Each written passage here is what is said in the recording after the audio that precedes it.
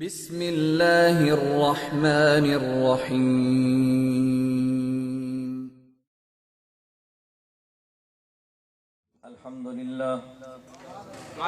الحمد للہ نحمده ونستعینه ونستغفره ونؤمن به ونتوکل علیہ ونعوذ باللہ من شرور انفسنا ومن سیئات اعمالنا من يهده الله فلا مضل له ومن يضلل فلا هادي له ونشهد أن لا إله إلا الله وحده لا شريك له ونشهد أن سيدنا ومولانا محمدا عبده ورسوله أما بعد فأعوذ بالله من الشيطان الرجيم بسم الله الرحمن الرحيم منها خلقناكم وفيها نعيدكم ومنها نخرجكم تارة أخرى اللهم صل على محمد وعلى آل محمد كما صليت على إبراهيم وعلى آل إبراهيم إنك حميد مجيد اللهم بارك على محمد وعلى آل محمد كما باركت على إبراهيم وعلى آل إبراهيم إنك حميد مجيد۔ نہ میں کا ذکر نہ پینے کی بات کرتے ہیں، نہ میں کا ذکر نہ پینے کی بات کرتے ہیں۔ میں کہتے ہیں شراب کو، ہم شرابی نہیں ہیں شراب کی بات کریں۔ نہ میں کا ذکر نہ پینے کی بات کرتے ہیں، ہم اہل دل ہیں اور مدینے کی بات کرتے ہیں۔ نہ میں کا ذکر نہ پینے کی بات کرتے ہیں، ہم اہل دل ہیں اور مدینے کی بات کرتے ہیں۔ وہ مردہ دل ہے جو قائل نہیں حیات النبی کا، وہ مردہ دل ہے جو قائل نہیں حیات النبی کا، ہم زندہ دل ہیں اور جینے کی بات کرتے ہیں۔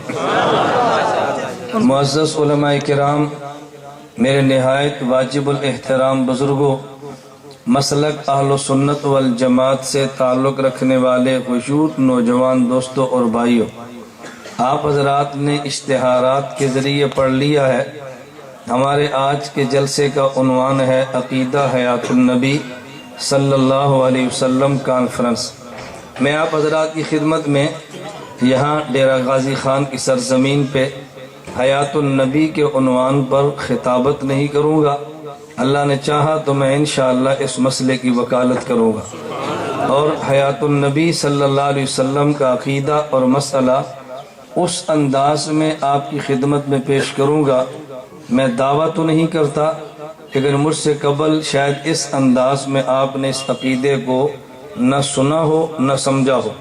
میں اس طرز پہ گفتگو کروں گا، آپ عقیدہ سنیں، سمجھیں، ہمارے دلائل پہ غور فرمائیں، اور اس میں کوئی غلطی محسوس کریں تو چٹ لکھ کے ہماری غلطی پر مطلع فرمائیں۔ میں اپنی غلطی کا اعتراف آپ کے سامنے کروں گا، لیکن اگر بات ٹھیک ہو اور دلیل بھی ٹھیک ہو، عقیدہ بھی بہتر ہو، تو پھر ہم سب کو اس پر غور کرنا چاہیے کہ صحیح عقیدے اور صحیح دلیل کا رد کرنا یہ کم از کم عقل مند انسان کا کام نہیں ہے۔ میں نے آپ کی خدمت میں اس کے لیے جو آیت پڑھی ہے، عموماً جب میں خطبہ سے قبل کوئی آیت تلاوت کرتا ہوں تو بعض اہل علم کو میٹھا سا شکوہ ہوتا ہے اور ہلکا سا تعجب ہوتا ہے، عنوان کیا ہے، آیت کون سی پڑھی ہے، اس آیت کے عنوان سے تعلق کیا ہے۔ میں کہتا ہوں آپ تعجب نہ کریں، گفتگو چلنے دیں، اس کے بعد پھر آپ دیکھیں کہ ایسا کیوں ہوتا ہے۔ بسا اوقات وکیل عدالت میں ایسی بات کرتا ہے، موکل کو پتہ نہیں ہوتا وکیل نے بات کیوں کی ہے، وکیل کو پتہ ہوتا ہے کہ یہ بات میں نے کیوں کی ہے اور اس بات کا نتیجہ کیا نکلنا ہے۔ میں نے عقیدہ حیات النبی صلی اللہ علیہ وسلم کو سمجھانے کے لیے آپ کی خدمت میں آیت پڑھی ہے، منہا خلقناکم وفیہا نعیدکم ومنہا نخرجکم تارۃ اخری۔ اس آیت کا ترجمہ کیا ہے، یہ آیت کا مطلب کیا ہے؟ اللہ رب العزت جس مٹی سے بندے کو پیدا کرتے ہیں اسی مٹی میں اس کو دفن کرتے ہیں اور اسی مٹی سے اللہ دوبارہ قیامت کو اس کو کھڑا کریں گے۔ جس مٹی سے پیدا کرتے ہیں اسی مٹی میں دفن کرتے ہیں اور اسی مٹی سے قیامت کے دن دوبارہ اس کو کھڑا کریں گے۔ میں دوبارہ پیدا کرنا نہیں کہہ رہا، اس کو دوبارہ کھڑا کریں گے۔ میرے لفظوں پہ غور کریں گے تو بہت سارے اشکالات خود بخود صاف ہوتے رہیں گے انشاءاللہ۔ حدیث مبارک میں ہے، اور اس آیت کے تحت مفسرین نے مرفوع اور موقوف دونوں قسم کی احادیث پیش فرمائی ہیں۔ مرفوع کس حدیث کا نام ہے کہ جو حدیث نبی کریم صلی اللہ علیہ وسلم کی ذات تک پہنچے، اسے حدیث مرفوع کہتے ہیں، اور جس حدیث کی سند پیغمبر کے صحابی تک جائے اسے موقوف کہتے ہیں۔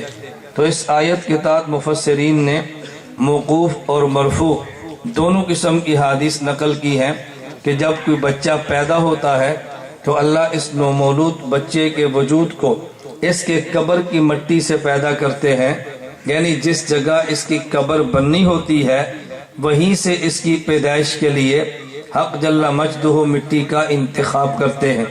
جب یہ بات قرآن سے ثابت ہوگی کہ جس جگہ سے بندہ پیدا ہو اسی جگہ پہ دفن ہوتا ہے، تو پھر آئیے جس پیغمبر کی حیات کی بات ہم کرتے ہیں، جس نبی کی حیات کا تذکرہ کرتے ہیں، اور جس پیغمبر کی قبر والی حیات کو ہم عقیدہ بنا کر پیش کرتے ہیں، اس پیغمبر کے بارے میں ذرا یہ بات دیکھیں اور سوچیں کہ وہ نبی، اس کا خمیر کیا ہے، وہ نبی کہاں سے بنا ہے، اس نبی کی پیدائش کس مٹی سے ہے۔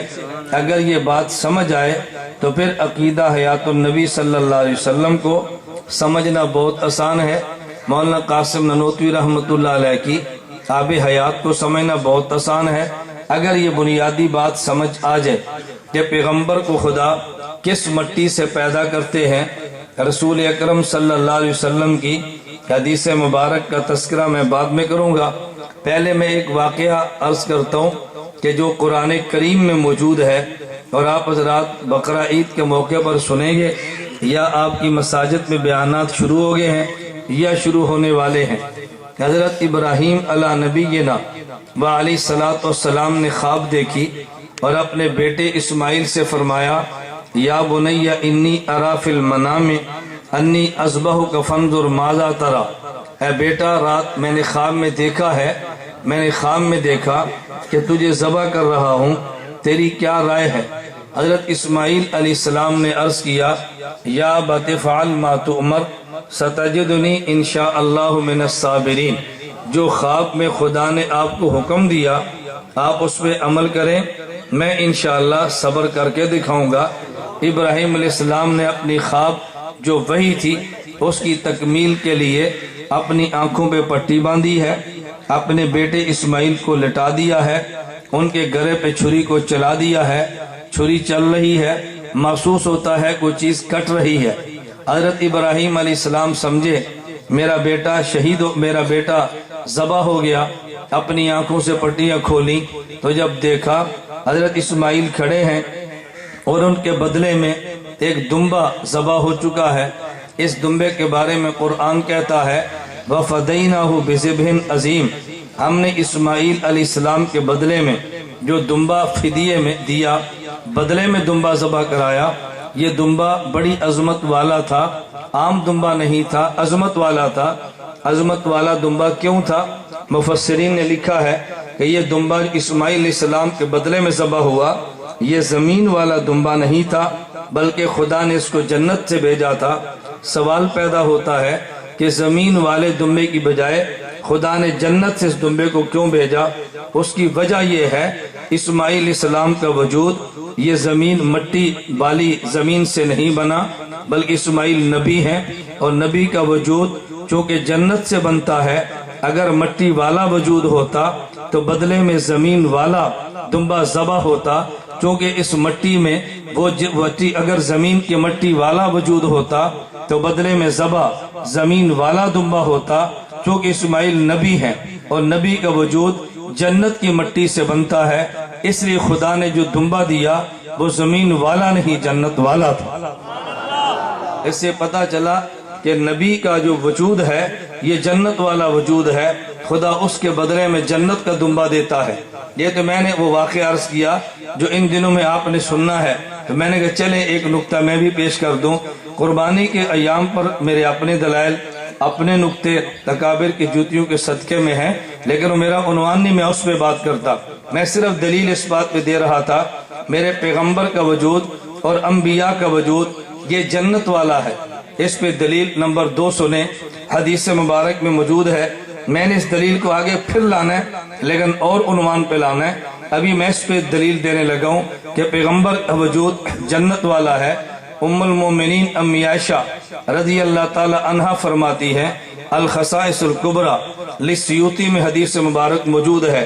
امی عائشہ نے عرض کیا رسول اللہ، آپ بیت الخلاء میں تشریف لے گئے، آپ بیت الخلاء سے نکلے اور آپ کے جانے کے بعد میں بیت الخلاء میں گئی، انی لم ارا شیئا، بیت الخلاء میں کچھ بھی نہیں تھا، حالانکہ آپ قضاء حاجت کے لیے گئے تھے، کچھ بھی نہیں ہے، الا انی اجد رائحۃ المسک، ہاں اگر میں چیز کو وہاں محسوس کرتی ہوں تو مشک کی خوشبو آ رہی ہے، اور تو کچھ بھی نہیں ہے۔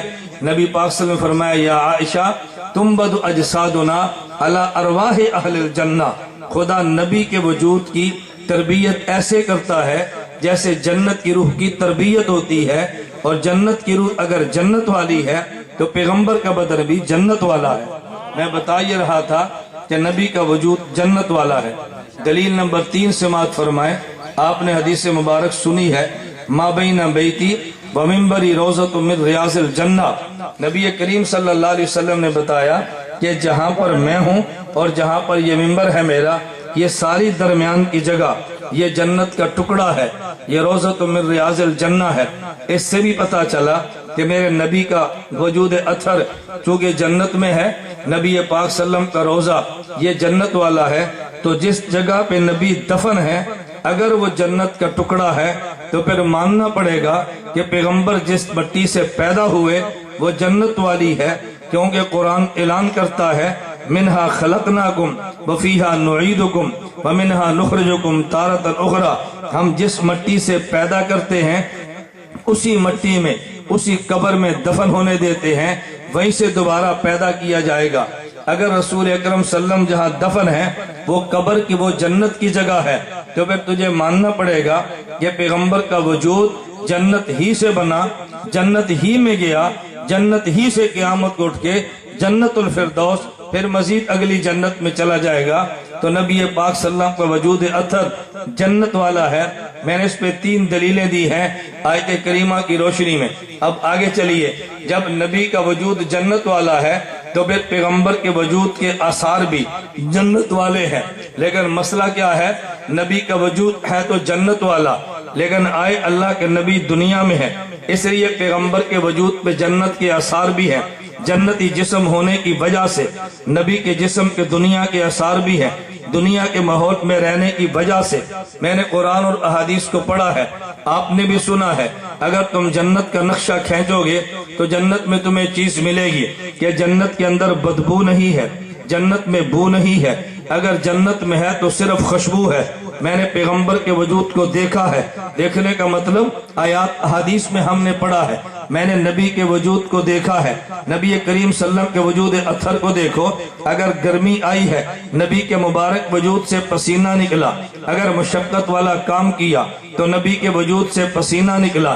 اس کی وجہ کیا ہے، یہ جو کہ دنیا کے ماحول میں جسم رہتا ہے تو دنیا کے آثار کی وجہ سے پسینہ بھی آیا ہے، لیکن جب نبی کے پسینے کو سونگا ہے تو بدبو نہیں آتی۔ حضرت انس بن مالک فرماتے ہیں، ما شممت اطیبا، ما شممت اطیبا، حضرت انس بن مالک کا جملہ فرماتے ہیں، ما شممت اطیبا من عرق محمد صلی اللہ علیہ وسلم، میں نے پیغمبر کے پسینے سے زیادہ دنیا میں خوشبو کبھی سونگی ہی نہیں ہے۔ نبی کے وجود پہ پسینہ آیا، یہ دنیا کے وجود کا، دنیا کے ماحول کا اثر ہے، اس پسینے خوشبو آئی، کیونکہ نبی کا وجود جنت والا ہے، کیونکہ نبی کا وجود جنت والا ہے۔ میں پسینے سے بڑھ کے بات کہتا ہوں، تو کہے گا پسینہ گیا، میں پسینے سے بڑھ کے بات کہتا ہوں۔ کبھی میں نے حدیث مبارک الخصائص الکبریٰ کی نقل کی ہے، امی عائشہ رضی اللہ تعالی عنہا ارشاد فرماتی ہیں کہ رسول اکرم صلی اللہ علیہ وسلم بیت الخلاء میں گئے ہیں، حضور باہر تشریف لائے، میں نبی کے پیچھے بیت الخلاء میں گئی، انی لم ارا شیئا، بیت الخلاء میں کچھ بھی نہیں تھا، لیکن اگر میں نے سونگا تو بیت الخلاء میں خوشبو سونگی ہے۔ میں نے اللہ کے نبی سے پوچھا، حضور وہاں کچھ بھی نہیں تھا سوائے خوشبو کے، تو نبی پاک صلی اللہ علیہ وسلم نے فرمایا تنبت اجسادنا علی ارواح اہل الجنہ، نبی کے وجود کی تربیت خدا جنت کی روح کی طرح کرتا ہے، جو نبی کے وجود سے چیز یعنی براز نکلتا ہے زمین اس کو نگل لیتی ہے۔ اس سے پتہ کیا چلا، اگر نبی کے وجود سے پسینہ آیا یہ دنیا کے ماحول کی وجہ سے ہے، پسینے میں خوشبو ہے جنت کے وجود کی وجہ سے ہے، نبی پاک صلی اللہ علیہ وسلم نے کھایا ہے تو براز مبارک بھی آیا ہے، یہ دنیا کے اثر کی وجہ سے ہے، اس براز سے بھی خوشبو ہے جنت کے وجود کی وجہ سے۔ پیغمبر کا وجود تو کہ جنت والا ہے اس لیے سراپا خوشبو ہے، حضور کا پسینہ تب بھی خوشبو ہے، پیغمبر کا براز تب بھی خوشبو ہے۔ اگلی بات میں کہنے لگا، اگر تم جنت میں جاؤ خدا سب کو لے کر جائے، اللہ آپ کی برکت سے مجھے بھی لے کر جائے، اللہ آپ کو لے کر جائے، آپ کی برکت سے خدا مجھے بھی لے جائے۔ میرا میاں والی کے علاقے میں جلسہ تھا، ختم بخاری کا عنوان تھا، بخاری کی حدیث پہ بیان تھا، وہ بیان چل رہا تھا کہ جب میں پہنچا میرے میزبان کہنے لگے کہ مولانا تھوڑا سا خیال فرمائے، آج 70% وہ ہیں۔ میں نے کہا پھر تو عقیدہ ہی وہ بیان کریں تاکہ 70% کو بھی بات سمجھ آئے نا۔ کہا نہیں آپ تھوڑا سا خیال، میں نے کہا ہم تھوڑا نہیں زیادہ خیال کر لیں گے۔ میں نے 40 منٹ جب گفتگو کی میں نے محسوس کیا میرے مجمع کو بات سمجھ آئی ہے، وہ 70% بھی مسکرا رہا ہے۔ میں نے مسکراتے چہرے کو دیکھ کر کہا بات سمجھ آئی؟ کہا جی سمجھ آ گئی۔ میں نے کہا اللہ تم سب کو مدینہ منورہ لے جائے، اللہ تم سب کو حضور کے روزے پر لے جائے۔ کہتے ہیں آمین۔ میں نے کہا تمہاری برکت سے خدا مجھے بھی لے جائے۔ کہتے ہیں آمین۔ میں نے کہا شرم کرو، شرم کرو۔ بڑا تعجب ہوا، ہم اسے دعائیں دیتے ہمیں ڈانٹتا ہے۔ میں نے کہا ابھی میں کہتا نا اللہ حضور کی برکت سے لے جائے تو تم نے کہنا تھا شرک ہے، نبی کے وسیلے سے دعا نہ مانگنا۔ میں نے کہا تمہارا وسیلہ، تو تم نے کہا آمین۔ تیرا وسیلہ ایمان ہے اور نبی کا وسیلہ شرک ہے؟ نہیں سمجھا؟ تمہاری برکت سے جنت میں جاؤں تو آمین، حضور کی برکت سے جائیں تو شرک ہے۔ میں نے کہا یار کم از کم کچھ عقل کرو، اگر نبی کا وسیلہ شرک ہے تو تیرا وسیلہ ایمان کہتے ہیں، اور اگر تیری برکت سے دعا مانگنا ٹھیک ہے تو حضور کی برکت سے دعا مانگنا کیوں ٹھیک نہیں ہے؟ میں تم اس لیے کہہ رہا ہوں کچھ حیا کرو اور یہ سمجھو تم نے کیا عقیدہ اپنا رکھا ہے۔ میں بات کہہ رہا تھا توجہ، میں نے کہا میرے پیغمبر کا وجود کیونکہ جنت والا ہے، نتیجہ کیا ہے؟ جنت میں وبا نہیں ہے، توجہ رکھنا، جنت میں بیماری نہیں ہے، جنت میں شفا ہی شفا ہے، جنت میں بیماریاں نہیں آتی، جنت میں شفائیں ہوتی ہیں۔ تو میرے پیغمبر کے وجود کو دیکھ، کیونکہ جنت والا وجود ہے نا۔ کون سا وجود ہے؟ جنت والا۔ اگر نبی کے وجود مبارک پہ کبھی بخار آیا ہے وہ نفرت والا نہیں، وہ محبت والا ہے، لیکن پیغمبر کا وجود کیونکہ جنت والا ہے اس سے شفا ہی شفا ملتی ہے۔ اگر صدیق اکبر کی ایڑی پہ سانپ نے ڈسا ہے تو نبی کا لعاب لگا، شفا ملی ہے۔ علی المرتضیٰ کی آنکھ دکھی ہے، میرے پیغمبر کا لعاب لگا تو پھر شفا ملی ہے، اس لیے کہ میرے پیغمبر کے ہاں یہ سراپا شفا ہے، یہاں وبا کا مسئلہ ہی نہیں ہے، بیماریاں نہیں پھیلتی، میرے پیغمبر کے وجود سے شفا نکلتی ہے۔ اس سے بڑھ کے دلیل دینے لگو، الخصائص الکبریٰ میں روایت موجود ہے، ام ایمن کہتی ہے رضی اللہ عنہا، اللہ کے نبی آپ رات سوئے تھے، آپ رات اٹھے تھے، آپ نے بول مبارک فرمایا، میں نبی کے بول کو بھی مبارک کہتا ہوں، یہ دیوبند کا عقیدہ ہے، میرے پیغمبر نے بول مبارک فرمایا۔ حضرت ام ایمن رات کو اٹھی، بڑی پیاس لگی تھی، انہوں نے کہا یا رسول اللہ قمت وانا عطشانۃ، مجھے پیاس لگی تھی اور اس میں نے آپ کے بول مبارک کو لیا، برتن کو لیا، میں نے بول پی لیا، فضاحکا، اللہ کے نبی مسکرا پڑے اور فرمایا ایمن میری بات کو سن لے، انک لن تشتکیا بطنک بعد یومک ھذا، تیرے پیٹ میں محمد کا بول گیا ہے، اب کبھی تیرے پیٹ میں بیماری نہیں آ سکتی، تیرے پیٹ میں کبھی بیماری نہیں آ سکتی۔ امام سیوطی نے باب کیا باندھا ہے؟ کہتے ہیں باب الاستشفاء ببول النبی صلی اللہ علیہ وسلم، پیغمبر کے بول سے شفا حاصل کرنا۔ بطر اٹھنا نہیں، چھوٹے بچے اس کو بیٹھ کے سنتے رہنا۔ میں منع پتہ کیوں کرتا ہوں، بار بار اٹھے گا نا، یہ سیڑھی کے سامنے سے گزرتا ہے، ہماری پوری سیڑھی برباد ہو جاتی ہے۔ آپ کو نہیں پتا، آپ تو ڈیرہ غازی خان میں رہتے ہیں نا. میں بھی ان علماء سے کہہ رہا تھا، میں نے کہ سی ڈی نے ہفتے بعد دنیا پہ جانا ہے. پھر لوگ مجھے فون کرتے ہیں، مولانا صاحب تھوڑی سی سی ڈی دیا ٹھیک کر لیا کرو، کدی بندہ اگو لبدا ہے کدی پیچھو لگتا ہے، ساری تھوڑی کیسٹ ہی خراب ہو جاتی ہے. میں نے کہا دعا کر اللہ مجھے اسباب عطا فرمائے اور پھر میں اپنے اسباب سے سی ڈیاں تیار کر کے تمہیں بھیجوں. ابھی تمہارے پاس اسباب نہیں، ہم جلسوں کی سیڑھیاں بھجوا رہے ہیں. اللہ وہ دن لائے گا کہ جب اپنے ریکارڈنگ کرا کے خود باہر بھجوائیں گے. ذرا توجہ رکھیں، میں بات کیا سمجھا رہا تھا. امام سیوطی نے باب باندھا، باب الاستشفاء ببول النبی صلی اللہ علیہ وسلم، پیغمبر کے بول سے شفا حاصل کرنا. میرے دوست، نبی کا بول ہو تو تب بھی شفا ہے، نبی کا لعاب ہو تو تب بھی شفا ہے. توجہ رکھنا. اور کبھی بھی شفا نجس چیز سے نہیں ملا کرتی. شفا جب بھی آتی ہے تو پاک چیز سے آتی ہے. اس سے پتہ چلا میرے پیغمبر کا بول خوشبودار بھی ہے اور میرے پیغمبر کا بول پاک بھی ہے. حضور کا بول خوشبودار بھی ہے، پیغمبر کا بول پاک بھی ہے. درمیان میں بات آئی، میں ایک چھوٹا سا نکتہ عرض کروں. حضرت صدیق اکبر رضی اللہ عنہ کی ایڑی پہ نبی نے لعاب لگایا، شفا ملی ہے. علی کی آنکھ پہ لعاب لگایا تو شفا ملی ہے. مجھے ایک بندہ کہنے لگا میں اس بات کو نہیں مانتا. میں نے کہا کیوں نہیں مانتے؟ توجہ رکھنا. میں نے کہا کیوں نہیں مانتے؟ کہتے یہ جو تم اہل سنت کہتے ہو کہ نبی پاک صلی اللہ علیہ وسلم کی لعاب مبارک حضرت صدیق کی ایڑی پہ لگی ہے، میں نہیں مانتا. میں نے کہا کیوں؟ کہتا یہ پیغمبر کے ادب کے خلاف ہے کہ نبی کا لعاب اور صدیق کی ایڑی. اب مجھے دیکھو، میں نے اپنے ٹائم پر بیان ختم کر دینا ہے، تم سمجھو یا نہ سمجھو، آپ ذرا مجھے دیکھتے رہو. میں نے کہا میرے بیان نے بڑے علمی طرز پہ چلنا ہے، میں فضول بات نہیں کروں گا. توجہ رکھنا. اشکال کیا کیا؟ ہم اس کو نہیں مانتے. میں نے کہا کیوں نہیں؟ اس نے کہا وجہ یہ ہے کہ دیکھو تم یہ بات کہتے ہو حضرت رسول اللہ کا لعاب صدیق کی ایڑی پہ، تو نبی کا لعاب صدیق کی ایڑی پہ، تو یہ تو ادب کے خلاف ہے. میں نے کہا کیوں؟ کہتے حضور بڑے ہیں، صدیق چھوٹا ہے، وہ نبی ہے، یہ امتی ہے، اور نبی کا لعاب امتی کے پاؤں کے نیچے، یہ تو ادب کے خلاف ہے. میں نے کہا تو نے ایک بات کو دیکھا ہے دوسری کو نہیں دیکھا، ایک حیثیت کو دیکھا ہے دوسری کو نہیں دیکھا. کہتا جی کیا مطلب؟ میں نے کہا جب یہ دیکھے حضور نبی ہے صدیق امتی ہے تو پھر نتیجہ اور نکلتا ہے، اور جب یہ دیکھے نبی داماد ہے صدیق سسر ہے پھر نتیجہ اور نکلتا.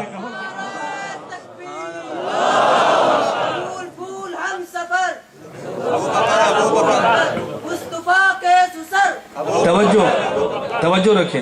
میں بات کیا تو میں شروع میں کہہ نہیں سکا. میں اکثر جلسوں میں کہتا ہوں آپ کو مجھ پر احسان ہوگا نعرے نہ لگاؤ. خطیب کو شور چاہیے، وکیل کو خاموشی چاہیے. میں آپ کا وکیل و خطیب تو نہیں ہوں نا. آپ جتنا خاموش رہیں گے ہمارے دلائل چلتے رہے گی. ذرا بات توجہ سمجھنا. میں نے کہا اگر یہ دیکھو حضور نبی ہے صدیق امتی ہے تو بات اور ہے، لیکن جب یہ دیکھو حضور داماد ہے صدیق سسر ہے تو داماد کی حیثیت بیٹے کی، سسر کی حیثیت باپ کی، تو اگر بیٹے کا لعاب نکلے اور سسر کے پاؤں پہ چلا جائے باپ کے پاؤں پہ تو یہ تو ادب کے خلاف نہیں ہے نا. تم نے ایک جہت کو دیکھا اور دوسری کو چھوڑ دیا. بات ہے میں ایک نکتہ عرض کرتا چلا جاؤں. نبی صلی اللہ علیہ وسلم معراج کی رات گئے ہیں. حضور پاک صلی اللہ علیہ وسلم لمبا واقعہ ہے، آپ نے سنا ہے. حضور معراج کی رات گئے ہیں، نبی پاک صلی اللہ علیہ وسلم کو چاہے زمزم کے کنویں پہ لٹا دیا گیا. جبریل جنت سے سونے کا تشت لائے، حضور کا شق صدر کیا، قلب مبارک کو باہر رکھا، اس تشت میں رکھ کے زمزم کے پانی سے دھو دیا گیا، پھر وہاں رکھا، سینے کو بند کر دیا. معراج کا سفر شروع ہوا. میں اس پہ نقطے نہیں پیش کرتا ایسا کیوں کیا ہے، یہ کبھی معراج کے جلسے پہ جائی. میں ایک درمیان میں بات کرنے لگو. ایک بندہ کہتے اس بات کو دل نہیں مانتا. میں نے کہا کیوں نہیں مانتا؟ کہتے ہیں وہ زمزم کا پانی کون سا ہے؟ میں نے کہا جو اسماعیل کی ایڑی سے نکلا. کہتے ہیں اسماعیل کی ایڑی سے نکلا. اور اس سے دھلا کیا ہے؟ خاتم الانبیاء سید الانبیاء کا قلب اطہر. یہ تو تم نے حضور کی توہین کی ہے کہ چھوٹے بچے کی ایڑی سے پاؤں نکلا، نبی کے دل کو تم نے دھو دیا، یہ تو بے ادبی ہے. میں نے کہا نہیں، بے ادبی کیوں ہے؟ کہتے ہیں حضور کا مقام دیکھو، ادھر اسماعیل کا مقام دیکھو، دونوں بھی نسبت ہی کوئی نہیں. ایڑی سے نکلنے والا پاؤں چھوٹے نبی کا اور اس سے قلب اطہر دھویا جائے حضور کا، یہ تو نبی کی بے ادبی ہے. میں نے کہا نہ، مجھے بات کو ذرا توجہ سے سمجھنا. اگر باپ ان پڑھ ہے اور بیٹا قاری ہے، مسجد میں دونوں دونوں آئے تو مصلی پہ بیٹا کھڑا ہوگا کیونکہ قاری اور حافظ جو ہے، لیکن جب رات کو گھر میں آئے تو پھر یہ پاؤں باپ کے دبائے گا، اگرچہ قاری ہے لیکن اس نے باپ کا پاؤں دبانا ہے، اس کی وجہ یہ باپ ہے۔ مصلی کی باری ہو تو بیٹا آگے ہے اس لیے کہ علم بالا ہے، اور جب خدمت کی باری آئے تو پھر ابو جی لیٹے ہیں کیونکہ یہ باپ ہے۔ میں نے کہا علم کو دیکھے تو وصیت اور ہے، اور رشتے کو دیکھو وصیت اور ہے۔ اگر نبوت کو دیکھو اسماعیل چھوٹے ہیں، محمد رسول اللہ بڑے ہیں، اور جب رشتے کو دیکھو تو پھر اب حضرت رسول اللہ یہ بیٹے ہیں، اسماعیل باپ ہے۔ حضور بیٹے اسماعیل باپ، تو باپ کی ایڑی سے پاؤں نکلا، بیٹے کا دل دھلا، اس میں خلاف ادب بات کون سی ہے؟ ایک چیز کو دیکھا دوسری کو تم بھول گئے ہو۔ میں بتا یہ رہا تھا میرے نبی کا وجود جنت والا، عنوان ہے نا ذہن میں، نبی پاک صلی اللہ علیہ وسلم کا وجود جنت والا، جنت میں بو نہیں خوشبو ہے، میرے پیغمبر کا وجود سراپا عطر ہے میرے۔ اچھا ایک روایت حضرت شیخ زکریا رحمہ اللہ ایک روایت نقل کی ہے، فرماتے ہیں ایک روایت یہ ہے کہ دنیا میں جو پسینہ بنا یہ نبی پاک کے دنیا میں جو عطر گلاب کا آیا یہ نبی پاک صلی اللہ علیہ وسلم کے پسینے مبارک سے نکلا ہے۔ کس نے کہا حدیث تو ضعیف ہے، فرمایا ضعیف بھی ہو لیکن ہے تو پھر بھی حدیث، نہیں سمجھا، ہے تو پھر بھی حدیث نا۔ یہ جو گلاب ہے ایک روایت بیان کی ہے شیخ زکریا رحمت اللہ علیہ سے، تو نبی کا پسینہ دنیا میں گلاب کھلا ہے، یہ پیغمبر کے پسینے کی برکت ہے۔ میں بتا یہ رہا تھا کہ نبی کا وجود جنت والا سراپا عطر ہے، نبی کا وجود جنت والا سراپا شفا ہے، نبی کا وجود جنت والا سراپا طہارت ہے، نبی کا وجود جنت والا۔ اور جنت کا خاصہ یہ ہے کہ جنت میں کثافت نہیں ہے، جنت میں لطافت ہوتی ہے۔ لطافت کا معنی گیا تو بیٹھا تھا تیرے دل میں خیال آیا کہ اس جانور کو کھانا ہے، وہ فوراً آیا اور کباب بن کے تیرے سامنے ہے، تو نے ہڈی کو پھینکا وہ پھر پرندہ بن کے اڑ جائے گا۔ جنت میں لطافت ہے، کثافت نہیں ہے۔ میرے پیغمبر کے وجود کو دیکھ لے، میرے پیغمبر کے وجود میں کثافت نہیں، نبی کے وجود میں لطافت ہے۔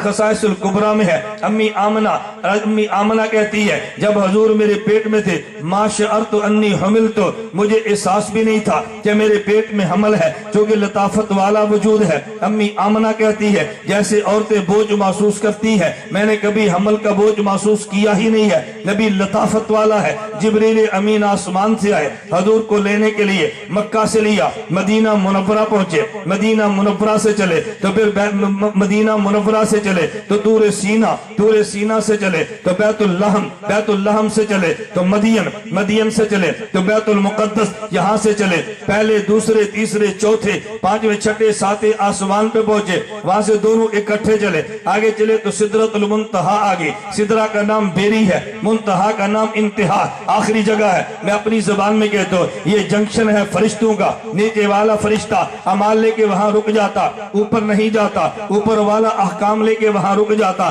نیچے نہیں جاتا، نیچے والا اوپر نہیں، اوپر والا نیچے نہیں۔ جبریل امین حضور کو لے کر گئے ہیں اور 1 سیکنڈ کا سفر ہے، یہ تو آپ کے علم میں ہے۔ اگر وجود میں کثافت ہے 1 سیکنڈ میں کبھی لمبا سفر طے نہیں ہوتا، میرے پیغمبر کے وجود میں لطافت ہے، سیکنڈ میں کروڑوں کلومیٹروں کا فاصلہ طے ہوا، لیکن سدرۃ المنتہا پہ پہنچے ہیں۔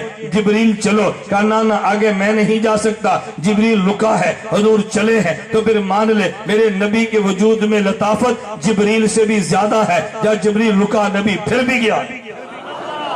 میرے نبی کا وجود لطافت والا ہے، کثافت والا نہیں ہے۔ تیسری دلیل سن، رسول اکرم صلی اللہ علیہ وسلم نے جب ہجرت فرمائی ہے، مدینہ منورہ جا رہے ہیں، صدیق اکبر نے کندھوں پہ بٹھایا، حضور کو لے کر چلے ہیں۔ ارے زمین سے غار تک کا 3 کلومیٹروں کا فاصلہ ہے۔ صدیق اکبر حضور کی عمر میں زیادہ فرق بھی نہیں ہے۔ صدیق اکبر رضی اللہ عنہ یہ تو نسبتاً کمزور صحابی ہیں، جسم میں کمزوری بھی ہے، لیکن پھر بھی حضور کو لے کر چلے ہیں۔ ارے مسئلہ تو تب ہوتا جب نبی کا وجود کثافت والا ہوتا، صدیق لے کر چڑھ دوڑے، کیونکہ نبی کا وجود لطافت والا ہے۔ میں بتا یہ رہا تھا کہ جنت میں لطافت ہے، میرے نبی کے وجود میں بھی لطافت ہے۔ توجہ رکھنا، میں کہتا ہوں ہاں میں نے جنت کے بارے میں پڑھا تو جو کچھ مجھے جنت میں نظر آیا، جنت میں عیب نہیں، جنت میں خوبیاں ہیں، جنت میں عیب نہیں، جنت میں سراپے خوبیاں ہیں۔ میں نے نبی کے وجود کو دیکھا، میرے پیغمبر کے وجود میں کوئی عیب نہیں ہے، میرے پیغمبر کا وجود سراپے خوبیاں ہے۔ میں کہتا ہوں ہاں میرے پیغمبر کی ذات دیکھ، یہ بھی بلا عیب ہے، میرے پیغمبر کی صفات دیکھ، یہ بھی بلا عیب ہے۔ میرے نبی کا نام دیکھ یہ بھی بلا عیب ہے. اگر حضور کا نام دیکھ تو نام محمد کوئی نقطہ نہیں ہے. وصف رسالت دیکھ تو کوئی نقطہ نہیں ہے. نبوت دینے والے اللہ کو دیکھ تب بھی کوئی نقطہ نہیں ہے. میرے پیغمبر کے نام پہ کوئی نقطہ نہیں, یہ بے عیب ہے.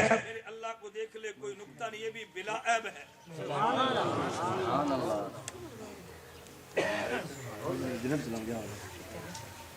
جانی جنریٹر چلا لیں بل 100 پیٹرول خرچ کرتے جلسہ کام. میں رستے میں سادگی سمجھا رہا تھا کہ ہم پورے جلسے پر پانی پھیلتے ہیں, تھوڑے سے پیسے میں.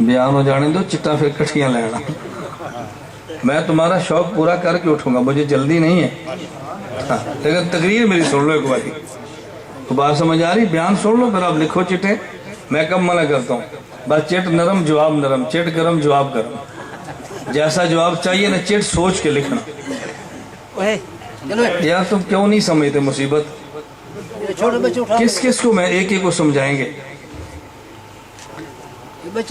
میں علماء سے کہہ رہا تھا کبھی آپ ڈیرے میں جلسہ رکھے نا تو مجھ سے پوچھ لیں اس کو سنبھالنا کیسے ہے. میں تمہیں پورا جلسہ سنبھال کے دوں گا. بھائی یہ جگہ خالی کرو, رسی باندھو, کیمرے کو لے آؤ, بندے کیوں بٹھاؤ, سٹیج ایسے بناؤ. پھر میں دلائل دیتا ہوں 2 گھنٹے, سی ڈی تیار کرو, 1000 سی ڈی صبح ڈیرہ غازی خان میں تقسیم کر دو. اب دیکھنا عقیدے سٹ کیسے ہوتے. کیا فرق اس سے کیا پڑتا ہے. سیڑھیاں تقسیم کرو. ذاکر نائک ویڈیو ہے, جاوید غامدی ویڈیو ہے, فرحت ہاشمی میڈیا ہے, اور کچھ بھی نہیں ہے. لیکن ہم اس طرح توجہ دینے کے لیے تیار نہیں. 15-20 ہزار میں 1000 کیسٹ تیار ہوتی ہے. 1000 کیسٹ آپ ڈیرہ غازی خان میں تقسیم کرا دیں, عقیدہ ٹھیک ہوگا کہ نہیں. لیکن ہم اس پہ محنت نہیں کرتے. ہمارا جلسہ ہوتا ہے ہوا میں تحلیل ہو جاتا ہے, اور باطل کی جلسی ہوتی ہے پوری دنیا کو پتہ چلتا ہے کہ جلسی ہوئی ہے. وہ گل سمجھ آئی ہے. چلو آدمی روتا رہے کبھی تو بات سمجھ آئی جاتی ہے. چلے توجہ رکھنا. میں بات کیا کہہ رہا تھا, عنوان ذہن میں رکھنا. میں نے کہا میرا پیغمبر کا وجود جنت والا, جنت میں عیب نہیں ہے, میرے نبی میں بھی عیب نہیں ہے. نبی کے نام کو دیکھ محمد کوئی نقطہ نہیں, رسول کو دیکھ کوئی نقطہ نہیں, اللہ کو دیکھ تو کوئی نقطہ نہیں. پتا چلا کہ میرا پیغمبر پاک اور بے عیب ہے. اللہ نبی کو بے عیب رکھتے ہیں, نبی کو معصوم رکھتے ہیں. نبی پر ظاہری بھی عیب نہیں, نبی کے باطن میں بھی عیب نہیں. نہ ظاہر میں عیب نہ باطن میں عیب, کیونکہ نبی کا وجود جنت والا ہے. اللہ جنت والے وجود کو بے عیب رکھتے ہیں. یہ پیغمبر کے وجود کا بے عیب ہونا یہ جنتی جسم کا اثر ہے, اس لیے نبی کا وجود بے عیب ہے. نبی کبھی گناہ نہیں کرتا, نبی کبھی گناہ نہیں کرتا, نہ نبوت سے پہلے نہ نبوت کے بعد, نہ چھوٹا اور نہ بڑا گناہ یہ گناہ نہیں کرتا. بلکہ اس سے بڑھ کے میں جملہ کہنے لگا, میں یہ نہیں کہتا کہ نبی گناہ کرتا نہیں ہے, میں کہتا ہوں خدا نبی سے گناہ ہونے دیتا نہیں ہے.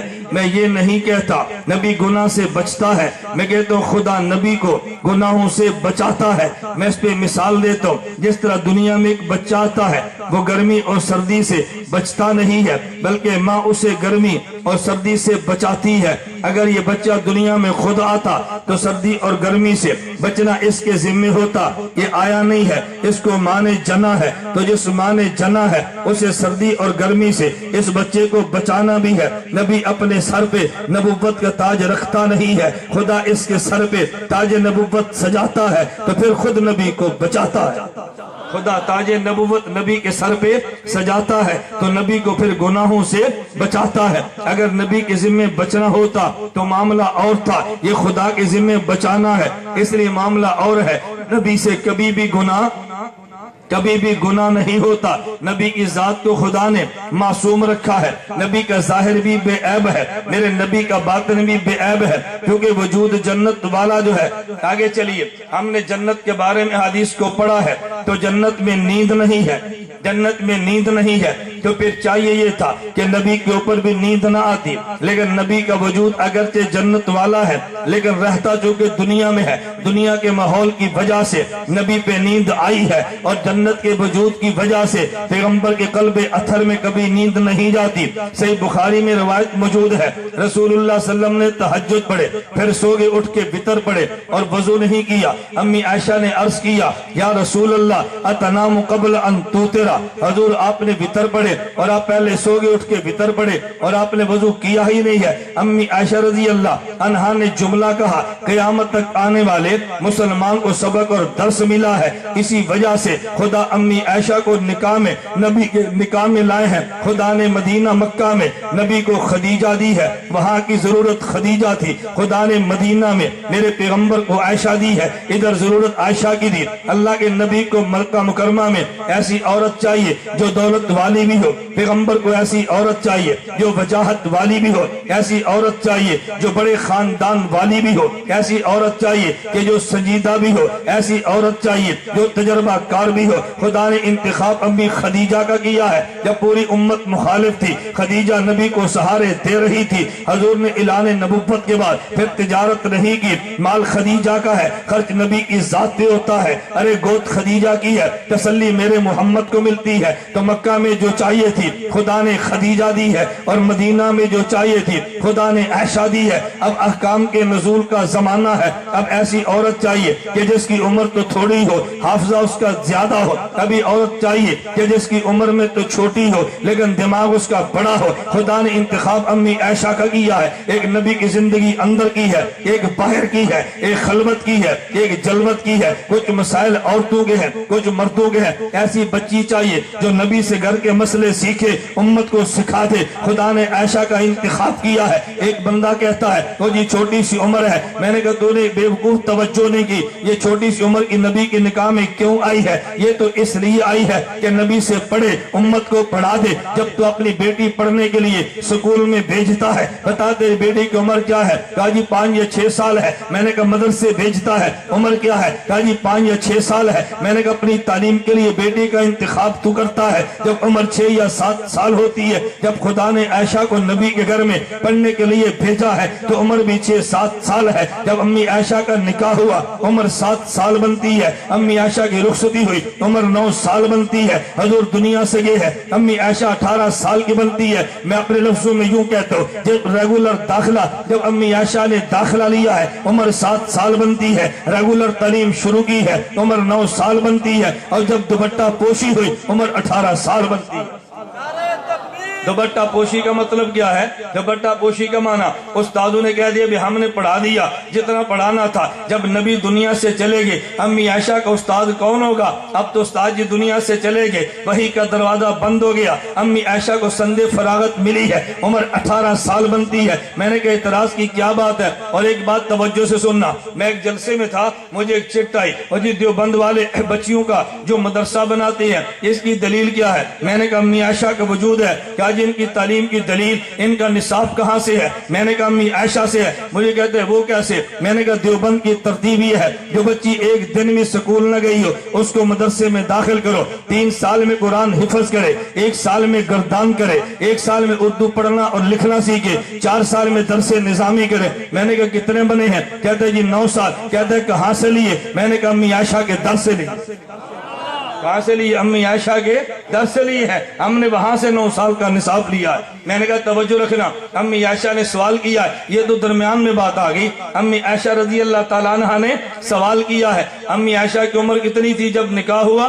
7 سال، اور رخصتی ہوئی عمر کتنی ہے؟ 9 سال۔ ایک مولوی اٹھا اور اس نے کتاب لکھی ہے قرآن مقدس اور بخاری محدث، میں نے زندگی میں بات کی تھی، اس کے شہر میں جا کر کی تھی۔ میں موت کی بات نہیں کرتا، میں زندگی میں شہر جا کے گرج کے میں نے کہا تھا اس کتاب پہ میں تجھ سے گفتگو کرنے کے لیے تیار ہوں. موت کے بعد تو پتہ نہیں کون کون بات کرے گا. عنوان کیا تھا؟ 53 اعتراض بخاری پہ کی ہے کہ یہ جی قرآن کے خلاف ہے. میں صرف ایک بات بتانے لگا جو درمیان میں آگئی. کہا جی بخاری شریف قرآن کے خلاف ہے. کیوں؟ بخاری میں لکھا ہے جب امی عائشہ کا نکاح ہوا عمر 7 سال بنتی ہے, امی عائشہ کی رخصتی ہوئی عمر 9 سال بنتی ہے. کہتا ہے یہ حدیث قرآن کے خلاف ہے. کیوں قرآن کے خلاف ہے؟ قرآن کہتا ہے فَانْكِحُوا مَا طَابَ لَكُم مِّنَ النِّسَاءِ, تم اس سے نکاح کرو جو عورت ہو. تو نساء اسے کہتے ہیں جو بڑی اور بالغ ہوتی ہے.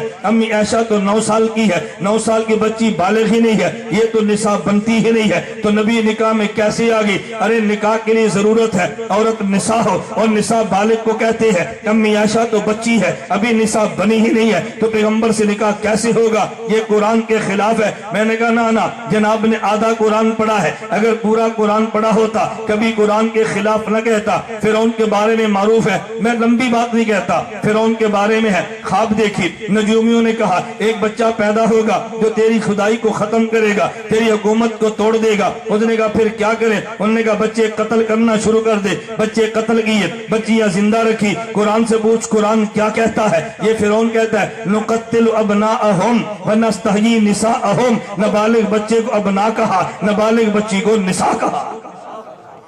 نابالغ بچی کو نساء کہا. قرآن بالغ کو بھی نساء کہتا ہے, نابالغ کو بھی نساء کہتا ہے. تو نے ایک آیت پڑھی ہے, دیوبند والوں نے دونوں پڑھی. ہمارے سامنے پورا قرآن ہے, آدھا قرآن نہیں ہے. کہتے ہیں قرآن نہیں پڑھتے. میں نے کہا پڑھتے ہیں, غلط نہیں پڑھتے. نہیں سمجھے؟ قرآن پڑھتے ہیں لیکن غلط نہیں پڑھتے. یہ نہ کہو ہم قرآن نہیں پڑھتے, ہم قرآن پڑھتے ہیں لیکن غلط نہیں پڑھتے. ہم قرآن بھی پڑھتے ہیں اور دلائل کے ساتھ پڑھتے ہیں. مراسیوں کی طرح قرآن نہیں پڑھتے, جیسے اترا ویسے پڑھتے ہیں. تو گال سمجھ آئی تو میں بتا یہ رہا تھا. امی عائشہ رضی اللہ عنہ نے سوال کیا. سوال کیا ہے؟ ہم قرآن کیسے چلیں, ایک قرآن کیسے پڑھتا ہے؟ میں تمہیں دونوں سناتا ہوں تاکہ تم بتاؤ قرآن کیسے پڑھتے ہیں. ایک قرآن کیسے پڑھتا ہے؟ الحمدللہ رب العالمین. سمجھ آگئی؟ وہ پتہ ہے نا کون پڑھتے ہیں؟ الحمدللہ رب العالمین الرحمن الرحیم. یہ فاتحہ خلف الامام کی تقریر ہو رہی ہے. مالک یوم الدین, یہ قرآن ہو رہا ہے. قرآن ہے, سادی پنجابی ہے. ذرا دونوں میں فرق کرنا. کہندہ جی بابا جی کہندے نے وچ گجراتے ایک دولا رہندا تے کڑ کڑ مکھڑے بناوے تے مک مسالہ جاندا جدوں واری سر دی آوے. اسی آنے ایاکا نعبدو.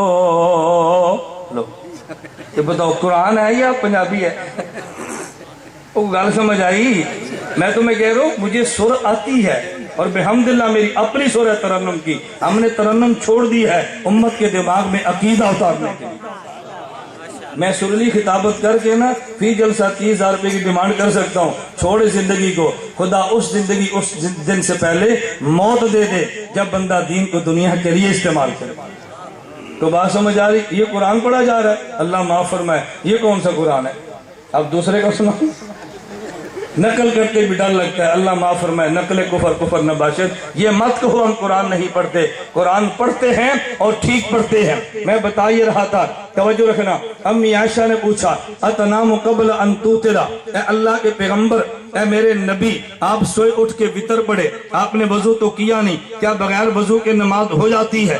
اللہ کے نبی فرمانے لگے یا عائشہ تو اینیت نامانے ولا ینام قلبی. عائشہ دیکھو میں نبی ہوں اور نبی کی آنکھ سوتی ہے, نبی کا دل جاگتا ہے. آنکھ کیوں سوئی ہے؟ یہ دنیا کے ماحول کا اثر ہے. دل کیوں جاگتا ہے؟ وجود جنت والا ہے. دل کیوں جاگتا ہے؟ وجود. توجہ توجہ. اب میں مسئلہ شروع کرنے لگا ہوں. یہ میں نے تھوڑی سی تمہید باندھی ہے تجھے یہاں تک لانے کے لیے. ارے آنکھ سو گئی ہے, یہ دنیا کے ماحول کا اثر ہے, اور دل جاگتا ہے. کیوں؟ یہ جنت کے وجود کا اثر ہے. میں نے ادھر جنت میں دیکھا تو مجھے جنت میں نیند نظر نہیں آتی. میں نے پیغمبر کے وجود کو دیکھا تو مجھے نیند نظر نہیں آتی. ایسی نیند کے جس پہ حکام نہ ہو. اگر نبی سو جائے اور سوتے ہوئے نبی خواب دیکھ لے تو نبی کا خواب بھی وہی بنتا ہے. یہ وہی کیوں بنتا ہے؟ آنکھ پہ وہی نہیں آتی,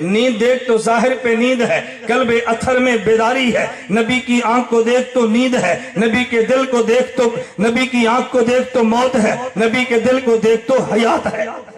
جب میں کیوں کہہ رہا ہوں توجہ، میں نے کہا جس طرح جنت میں توجہ، جنت میں نیند نہیں تو جنت میں موت بھی تو نہیں۔ جب تو جنت میں جائے گا کبھی تجھ پہ موت نہیں آئے گی، نہ مجھ پہ موت۔ جنت میں جانے کے بعد پتہ یہ چلا کہ جنت میں اگر نیند نہیں ہے تو پھر جنت میں موت بھی نہیں ہے۔ تو میرے نبی جب دنیا میں آئے، یہ وجود جنت والا ہے، تو چاہیے تو یہ تھا کہ نبی پہ موت نہ آتی، لیکن موت آئی ہے دنیا کے اثر کی وجہ سے۔ کل من علیہا فان جو ہے، نبی پہ موت آئی ہے دنیا کے اثر کی وجہ سے۔ انک میتن کا خطاب جو ہے نبی پر موت آئی ہے دنیا کے اثر کی وجہ سے۔ کیوں آئی ہے؟ اس لیے کہ قرآن کا وعدہ ہے کل شیء ہالک الا وجہہ، نبی پہ موت آئی ہے تو دنیا کے اثر کی وجہ سے۔ قرآن کا وعدہ ہے کل نفس ذائقۃ الموت، میں نے اس کا انکار تو نہیں کیا، لیکن پیغمبر پہ موت آئی ہے دنیا کے اثر کی وجہ سے۔ نبی کا وجود کیونکہ جنت والا ہے، چاہیے تو یہ تھا موت نہ آتی، جنت کے وجود پہ کبھی موت نہیں آتی، لیکن نبی کے ظاہر پہ موت آئی ہے۔ جیسے نبی کا وجود جنت والا،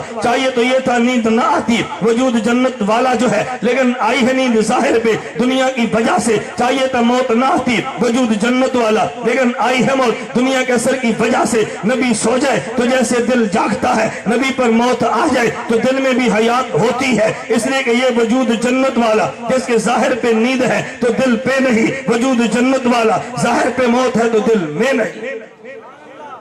توجہ، دل میں نہیں۔ اب میں تمہیں اور دلائل دے کر سمجھانے لگوں کہ نبی کے قلب اتھر میں حیات کیسی ہے۔ لوگ کہتے ہیں نہیں نبی پہ موت آئی ہے۔ میں نے کہا میں نے بھی مانا، کہا جی باطن میں کیوں نہیں آئی؟ میں نے کہا بات کو سمجھنا، موت کا معنی کیا ہے؟ ایک موت کا معنی تو کرے، ایک موت کا معنی میں کروں، دونوں کو چھوڑ دے۔ قرآن نبی پہ اترا ہے تو نبی سے موت کا معنی پوچھ لیتے ہیں۔ توجہ، نبی سے موت کا معنی پوچھ لیتے ہیں۔ اللہ کے نبی موت کا معنی کیا کرتے ہیں؟ اللہ کے نبی صلی اللہ علیہ وسلم نے موت کا معنی بیان فرمایا ان اللہ قبض ارواحکم فردہا الیکم حین شاء، خدا تمہاری روح کو قبض کر لیتے ہیں اور پھر جب چاہتے ہیں لٹا دیتے ہیں۔ میرے نبی نے موت کا معنی قبض کیا ہے۔ توجہ، کیا کیا؟ نبی نے موت کا معنی قبض روح کیا ہے۔ مجھے دیکھنا، اور قبض روح کے معنی دو ہیں۔ میرے ہاتھ میں گھڑی موجود ہے، میں نے ہاتھ کو پھیلا دیا، میں کہوں گا بسطتو یدی، میں نے ہاتھ پھیلا دیا۔ اگر میں اس ہاتھ کو سمیٹ لوں، میں کہتا ہوں قبضتو یدی، میں نے ہاتھ کو سمیٹ لیا۔ تو پتا چلا کبھی قبض کا معنی سمیٹنا ہوتا ہے جو پھیلانے کے مقابلے میں ہوتا ہے۔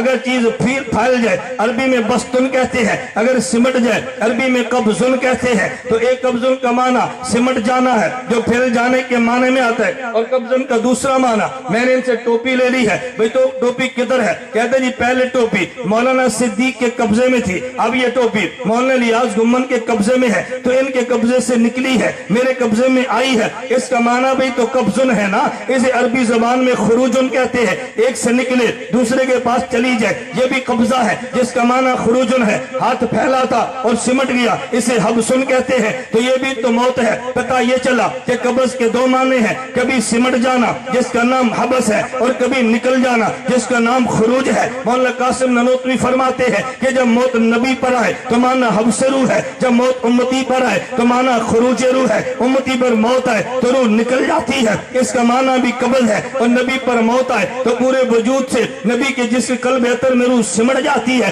اس کا معنی بھی موت ہے۔ امتی پہ آئی تو روح نکل گئی ہے، اور نبی پہ آئی تو روح سمٹ گئی ہے۔ مولانا اپنے دلیل کہاں سے لی ہے؟ مولانا قاسم نانوتوی فرماتے ہیں قرآن دو لفظ لائے ہیں، انک میت و انہم میتون، نبی کے لیے میتون کا لفظ الگ آیا، امت کے لیے میتون کا الگ آیا۔ پتہ یہ چلا نبی کی موت الگ ہے، امتی کی موت الگ ہے۔ اگر دونوں کی موت ایک جیسی ہوتی، قرآن کہتا ہے انک وہم میتون، تم سب پہ موت آنی ہے۔ نبی کے لیے میتون کا لفظ الگ ہے، امت پہ الگ ہے۔ پتہ یہ چلا کہ نبی کی موت کی صورت الگ ہے، امتی کی الگ ہے۔ روح سمٹ جائے تو نبی کی موت ہے، روح نکل جائے تو امتی کی موت ہے۔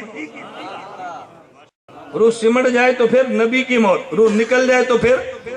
توجہ رکھنا، اور میں ایسے معنی نہیں بیان کر رہا، میں دلائل دے رہا ہوں کہ ادھر قرآن بیان نہیں کرتے۔ توجہ، ہم نے معنی کیوں کیا اس بدر ایک دلیل سننا۔ آپ سب میں ہر بندہ کہتا ہے کیا کہ جی نبی کے وفات پا جانے کے بعد پیغمبر کی بیوی سے امتی کا نکاح جائز نہیں۔ پوچھو کیوں؟ کہتے ہیں اس لیے کہ نبی کی بیوی امت کی ماں ہے۔ مجھے بتاؤ پیغمبر کی بیوی امت کی ماں جسمانی یا روحانی؟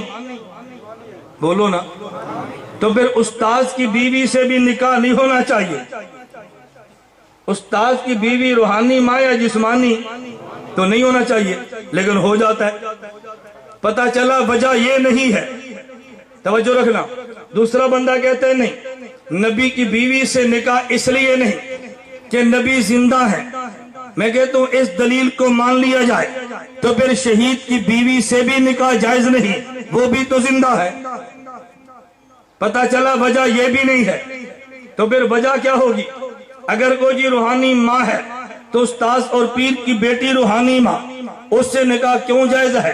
اگر کوئی جی چونکہ نبی زندہ ہے تو پھر سوال ہوگا شہید بھی تو زندہ ہے، اس کی بیوی سے بھی نکاح کیوں، بیوی سے نکاح جائز نہیں ہونا چاہیے؟ اب مولانا ننوتوی کا فلسفہ چھوڑ دے، تجھ سے جواب نہیں ماننا۔ مولانا ننوتوی کیا فرماتی ہے؟ بھئی ایک معاملہ امت کا ہے، ایک معاملہ نبی کا ہے۔